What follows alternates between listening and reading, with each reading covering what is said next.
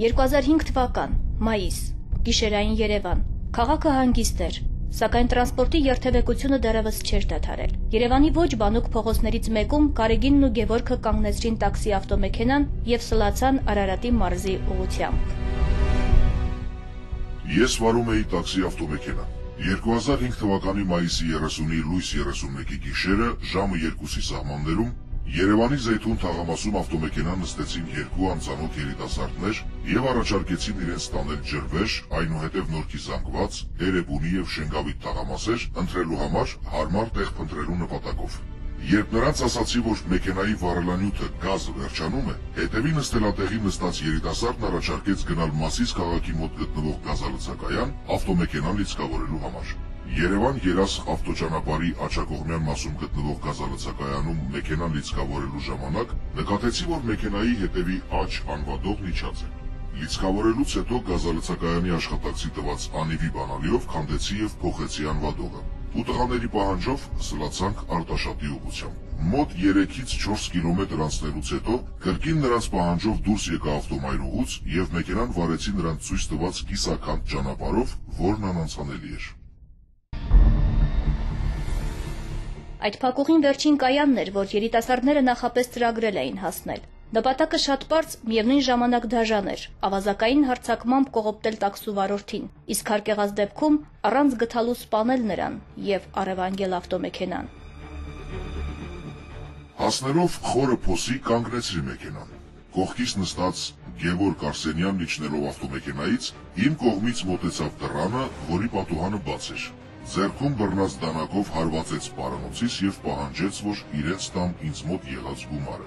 Այդ ժամանակ ես իջա մեքենայից։ Իջավ նաև Գարեգին Խաչատրյանը։ Ես գրպանումս եղած գումարն ամբողջությամբ տվեցի նրանց։ Դա կազմում էր 10,000-ից 12,000 դրամ։ Գարեգին Խաչատրյանը ստուգեց գրպաններս, հետո հետևիցս գրկեց, իսկ Գևորգ Արսենյանը դանակով հարվածներ հասցրեց կողքիս եւ կրծքավանդակիս հատվածում։ Երբ վայր ընկա, սկսեցին ինձ ձեռքով եւ ոտքով հարվածել։ Նրանք ինձ քաշ տվեցին մոտակա ջրատարը եւ գցեցին այնտեղ։ Թրջվելուց զգացի, որ ջրի մեջ եմ։ Ձեռքս մեկնեցի եւ բռնվեցի ինչ-որ բանից։ Հետո պարզվեց, որ եղեգ է։ Գլուխս ջրից հանելով տեսա Գևորգ Արսենյանին, որը գոռալով Գարեգին Խաչատրյանին ասում էր. «Քարերով խփի, սպանի դրան»։ Երկուսով քարեր էին նետում ինձ վրա, որոնցից մեկը կպավ մեջքիս։ Նրանք ուզում էին սպանել ինձ։ Քանի որ լողալ չգիտեի, ամուր բռնեցի եղեգներից, զգուշությամբ մի քանի անգամ սուզվեցի ջրում, աննկատ հեռացա նրանցից ու սկսեցի բլբլթալ, որպեսզի նրանք կարծեն, թե արդեն խեղդվել եմ։ Վարորդին անողոքաբար սպանելու որոշումը կայացվել էր տաքսի ծառայությանը պատկանող եւ ընդամենը 2,780,580 դրամ արժողության ավտոմեքենան հափշտակելու նպատակով։ Համոզվելով, որ տաքսու վարորդն արդեն խեղդվել է, հանցագործները հեռացել էին նրա մեքենայով։ Իսկ դաժան ծեծի ենթարկված եւ դանակի մի քանի հարված ստացած վարորդը լարելով վերջին ուժերը փորձում էր փրկվել եւ ողջ մնալ։ Դժվարությամբ դուրս եկա ջրատարից եւ շարժվեցի հեռվում երևացող լույսերի ուղղությամբ։ Հասնելով գյուղի առաջին տան մոտ ուժասպառ ընկա գետնին։ Այդ պահին Շան Հաչոցից տնից դուրս եկավ մի տղամարդ, որ ինչպես հետո պարզվեց գյուղապետն էր։ Նրան պատմեցի կատարվածի մասին։ Նա իր ավտոմեքենայով ինձ տեղափոխեց հիվանդանոց, որտեղ ինձ վիրահատեցին։ Դրանից հետո բուժվել եմ նաև Սուրբ Գրիգոր Լուսավորիչ հիվանդանոցում, 4 անգամ վիրահատվել եմ։ Ըստ դատաբժշկական փորձագետի եզրակացության տուժողի առողջությանը ծանր վնաս է պատճառվել դանակի բազմակի հարվածների եւ դաժան ծեծի արդյունքում։ Մինչ տուժողն իր վտանգված առողջությունն էր վերականգնում, հանցագործները որոշում են շուտապույտ լուծել հափշտակած մեքենայի ճակատագիրը։ Գևորգ Արսենյանը եւ Գարեգին Խաչատրյանը հափշտակված ավտոմեքենան վաճառելու նպատակով վարելով տեղափոխել են սահմանամերձ Բագրատաշեն գյուղում գործող շուկա։ Սակայն չկարողանալով վաճառել, վերադարձել են Տավուշի մարզի Գետահովիտ գյուղ։ Հափշտակել անհրաժեշտ պահեստամասերը, բնական գազի տարան։ Այն պահել են Գարեգին Խաչատրյանի ծանոթի տանը։ Ապա ավտոմեքենան տեղափոխել են Դիլիջան քաղաք եւ Դիլիջան-Երևան ավտոճանապարհի 7-րդ կիլոմետրի հատվածում Գալավինկա կոչվող գետակի մոտ հրկիզման միջոցով դիտավորությամբ ոչնչացրել են սեփականատիրոջը պատճառելով խոշոր չափերի վնաս։ Արարատի մարզի գյուղերից մեկի գյուղապետը հաղորդում է տվել այն մասին, որ մայիսի 31-ին ժամը 7-ի սահմաններում տան բակում գտնվող Շան հաչոցից դուրս է եկել բակ եւ բակում հայտնաբերել արունական վիճակում այնտեղ գտնվող դուժող Սարգիս Մնացականյան, Արարատի մարզի դատախազ, որը կարճ պատմել է, որ ինքը հանդիսանում է տաքսու վարորդ, Երևան քաղաքում տաքսին են նստել երկու անծանոթ մարդիկ, պատվիրել են տարբեր տեղեր վարելուց հետո ցանկություն են հայտնել գնալ Արարատի մարզի գյուղերից մեկը։ Ճանապարհին մեքենան կանգնեցրել են, իր նկատմամբ հարձակում գործել, որի ընթացքում մեկը բռնել է ձեռքերը, մյուսը դանակով մի քանի հարվածներ հասցրել իրեն, դրանից հետո գցել են ջրանցքը, փորձել քարերով նրան սպանել եւ մտածելով, որ արդեն տուժողը մահացած է, դեպքի վայրից հափշտակելով ավտոմեքենան եւ մինչ այդ նրանից վերցված 10-ից 12 հազար դրամ գումարը դիմել են փախուստի։ Հարուցված քրեական գործով սկսվեց նախաքննություն։ Նախաքննության ընթացքում ձեռնարկված օպերատիվ քննչական գործողությունների արդյունքում կարճ ժամանակահատվածում պարզ դարձավ, որ անցագործություն կատարողները ովքեր են եղել։ Գևորգ Արսենյան, ծնված 1970 թվականին Երևան քաղաքում, ազգությամբ հայ, Հայաստանի Հանրապետության քաղաքացի, միջնակարգ կրթությամբ, ամուսնացած, խնամքին ունի 1 անձ, նախկինում 3 անգամ դատապարտված, դատվածությունը չմարված Ռուսաստանի Դաշնությունում հանձնման նպատակով ձերբակալվել է 2011 թվականի դեկտեմբերի 9-ին եւ նույն օրը նրա նկատմամբ խափանման միջոց է ընտրվել կալանքը, որի ժամկետը Ռուսաստանի Դաշնության իրավասու մարմինների կողմից երկարացվել է մինչև 2012 թվականի սեպտեմբերի 9-ը։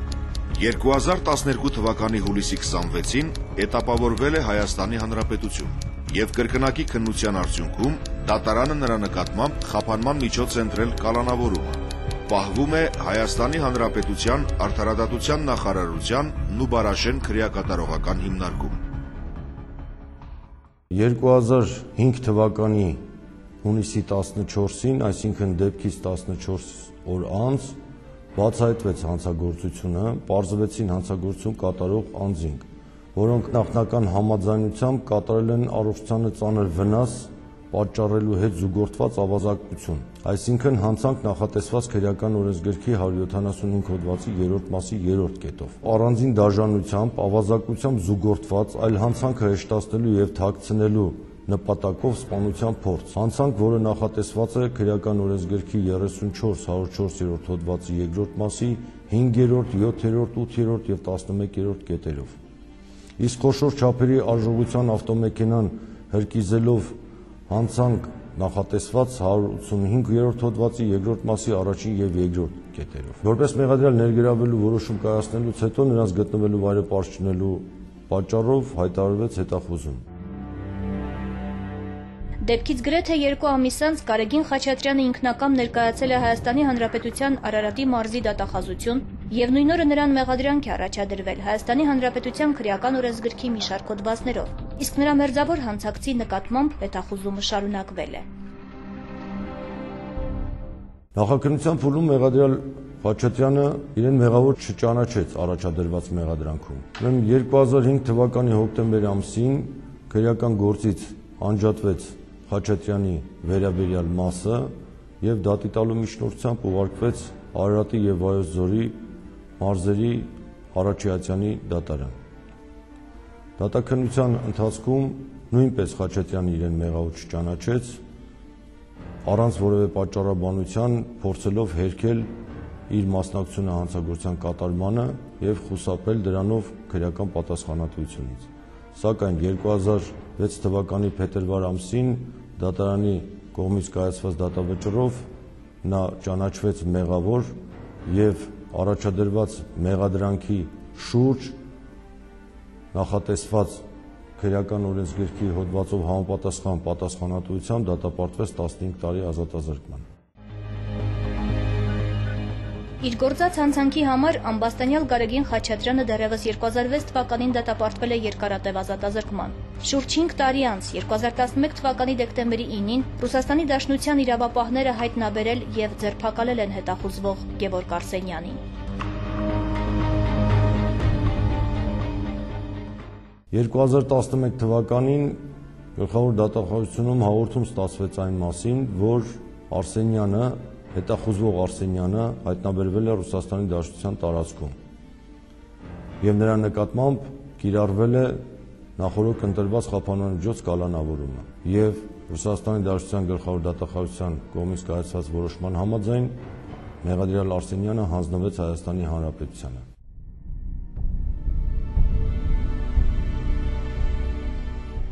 Գևորգ Արսենյանն առաջադրված մեղադրանքում իրեն մեղավոր չի ճանաչել։ Ներծուցմունքներում այնպես է շարադրել դեպքերի ընթացքը, որ ստացվել է, թե իբր իր նկատմամբ է կազմակերպվել ավազակային հարձակում եւ տաքսու վարորդն է փորձել կողոպտել իրեն։ Իսկ այդ ամենի կազմակերպման մեջ նա մեղադրել է իր հորաքրոջ որդուն դատապարտյալ Գարեգին Խաչատրյանին։ Սակայն գործով ձեռք բերված ապացույցները համադրելով նախաքննական եւ դատաքննական մարմիններն արժանահավատ չեն համարել ամբաստանյալ Գևորգ Արսենյանի ցուցմունքները։ Սևան քրեակատարողական հիմնարկում պատիժը կրող դատապարտյալ Խաչատրյանի կողմից ստացվեց դիմում։ Խաչատրյանը իմանալով արդեն Արսենյանի բռնվելու մասին դիմում էր գրել մարզի դատախազին այն մասին, որ շուրջ 8 տարի պատիժ է կրում եւ իր հոգում ծանրացած մի բեռ կա, որը ուզում է թոթափել, ներկայացնելով, որ հանցագործության մասնակցություն չունի Արսենյանը, հանցագործությունը կազմակերպել է ինքը եւ ամեն ինչ ներկայացվում էր այնպես, որ հանցագործություն կատարողը եղել է ոչ թե իրենք երկու եղբայրներով, այլ հանցագործությունը կատարել է տուժող, գործով տուժողը։ Նրանք ներկայացված պատմությունը ամբողջությամբ հերքվեց դատաքննության եւ նախաքննության ընթացքում ձեռք բերված բոլոր ծանրակշիռ ապացույցներով եւ իրենց համակցությամբ հիմնավորվեց, որ նրանք դիտավորյալ են կատարել այդ հանցագործությունը նախորդ պլանավորած,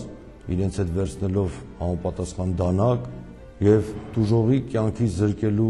նպատակ ունենալով։ Ոչ միայն տուժողի կյանքի համար վտանգավոր բռնություն գործադրելով կատարեին ավազակային հարձակում, այլ նրանց դիտավորությունը ուղղված եղել տուժողին անգամ կյանքից զրկելու, քանի որ նրանց կատարած գործողություններն են վկայում դրա դիտավորության մասին։ Ես կցանկանայի ներկայացնել գործով տուժողի ով լինելը։ Գործով տուժողը կրթված, երևանաբնակ, այլ եթե չեմ սխալվում շինարարական մասնագիտությամբ զբաղվող մի անձ, որը կյանքի բերումով կամ սոցիալական վիճակից ելնելով կարճ ժամանակահատվածում տաքսի կազմակերպությունում ստանձնել էր մեքենայի վարման գործընթացը եւ որպես տաքսու վարորդ հոգում էր իր ընտանիքի խնդիրները։ 2005 թվականի մայիսի 31-ի լուսաբացին ժամը 7-ին արթնացա Շան հաչոցից։ Դուրս եկա փողոց ու տեսա 50 տարեկան մի անծանոթ անձի,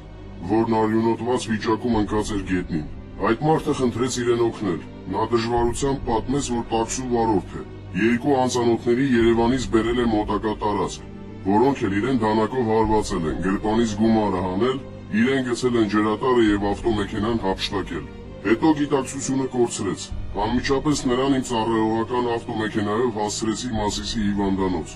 իսկ կատարվածի մասին հայտնեցի ոստիկաններին։ Քրեական գործի հարուցումից հետո նախաքննության ընթացքում Իջևանի տարածքում գետի մեջ հայտնաբերվեց հանցագործության հափշտակված ավտոմեքենան այրված վիճակում, որը հետագայում գործի քննության ընթացքում ճանաչվեց որպես իրեղեն ապացույց եւ միաժամանակ քրեական գործով իրեղեն ապացույց ճանաչվել տուժողի հագուստները, որոնց վրա կային դանակի հարվածների հետքերը կտրած ծակած եւ տուժողի արյունը։ Այսպիսով, Արարատի եւ Վայոց ձորի մարզերի ընդհանուր իրավասության դատարանը նախագահությամբ դատավոր Թաթուլ Պողոսյանի վճռեց. Գևորգ Արսենյանին մեղավոր ճանաչել Հայաստանի Հանրապետության քրեական օրենսգրքի 175-րդ հոդվածի 3-րդ մասի 3-րդ կետով, 34-104-րդ հոդվածի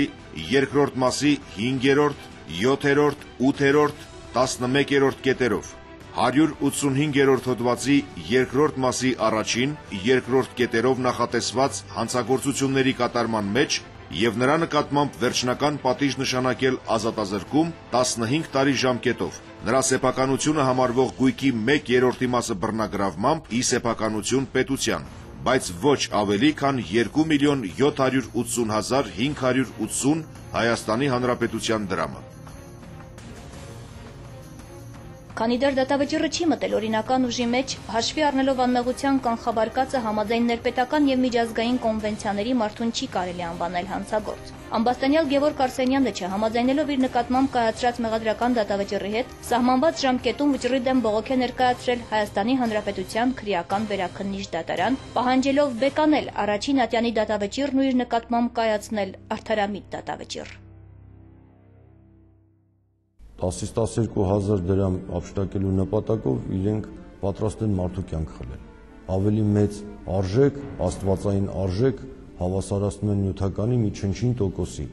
եւ ստեղ էականը չի նյութական արժեքի չափը, ստեղ էականը մարդկային վերաբերմունքը, մեր հասարակության մի անդամի վերաբերմունքը մյուսի նկատմամբ։ Խոսում ենք այսօր մի դեպքի մասին, որը իր մեջ շահ է պարունակում, ավելի նպատակաուղղված է եղել շահադիտական դրդումներով կատարել այդ գործողությունները, բայց շատ այլ դեպքեր էլ կան, որի մասին կցանկանայի նշել, որ մի չնչին պատճառ, ուղղակի անհանդուրժողականության հետևանքով արդյունքում լինում է սպանություն կամ սպանության փորձ։ Ավարտելով խոսքս կցանկանայի հորդորել մեր հասարակությանը, որ ավելի ներողամիտ լինեն մեկը մյուսի նկատմամբ։ Որքան էլ ամբաստանյալները փորձեցին խուսափել պատժից, միևնույն է, դա նրանց չհաջողվեց։ Իրավապահ մարմինների գործադրած ջանքերի շնորհիվ նրանք հայտնաբերվեցին եւ կատարած արարքների համար դատապարտվեցին երկարատև ազատազրկման։